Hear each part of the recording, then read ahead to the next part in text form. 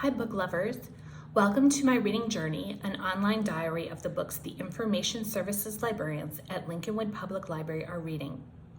I'm Paula, and this week I'm reading The Southern Book Club's Guide to Slaying Vampires by Grady Hendrix. This is available as an ebook and e-audiobook on the library's Overdrive and Libby apps.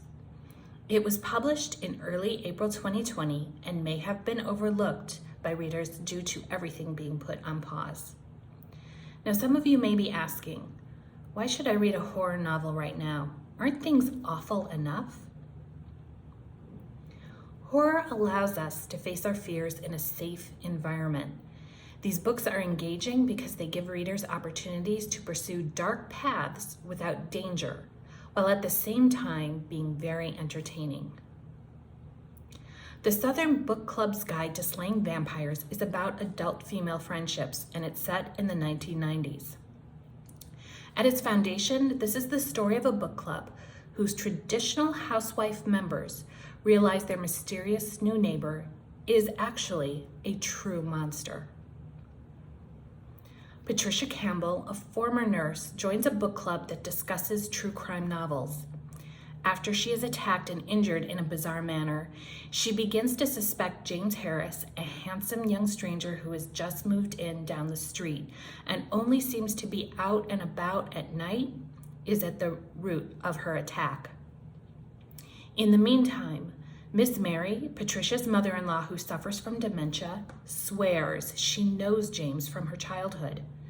Mrs. Green, a caregiver hired to look after Miss Mary, brings the disappearance of several Black children to Patricia's attention, disappearances that seem to have started shortly after James arrived. Now, Patricia knows James is not who he appears to be, but she's just a housewife, and getting anyone to take her suspicions seriously is impossible. When she tries to enlist her book club friends, they initially support her.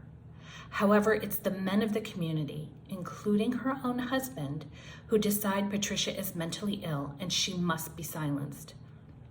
By the end of the story, James and the men who undermine Patricia will find themselves facing a group of very determined women. There is much more to this book than unraveling the mystery behind the stranger and his true intentions. Readers may find themselves asking, what is the real horror here? Is it the monster, or is it the gaslighting and social isolation Patricia experiences? Or is it the murders of young Black children no one cares to investigate? In writing this book, author Grady Hendrix based his characters on women he grew up with, including his own grandmother and the southern town of his childhood. In an interview with NPR, he shares, the choices these women had to make were hard, and they were never offered the easy option. Southern ladies are not cute and cuddly. They are tough, strong women who will mess you up. On the other hand, I grew up in Charleston, and that world can sometimes seem over the top, where the condition of your yard or whether you served your guests on paper or china plates were referendums on the state of your soul. Now, a note on some of the content. There is violence, including sexual violence, described in some detail. However, this also highlights how women, girls, and children are traumatized at the hands of men.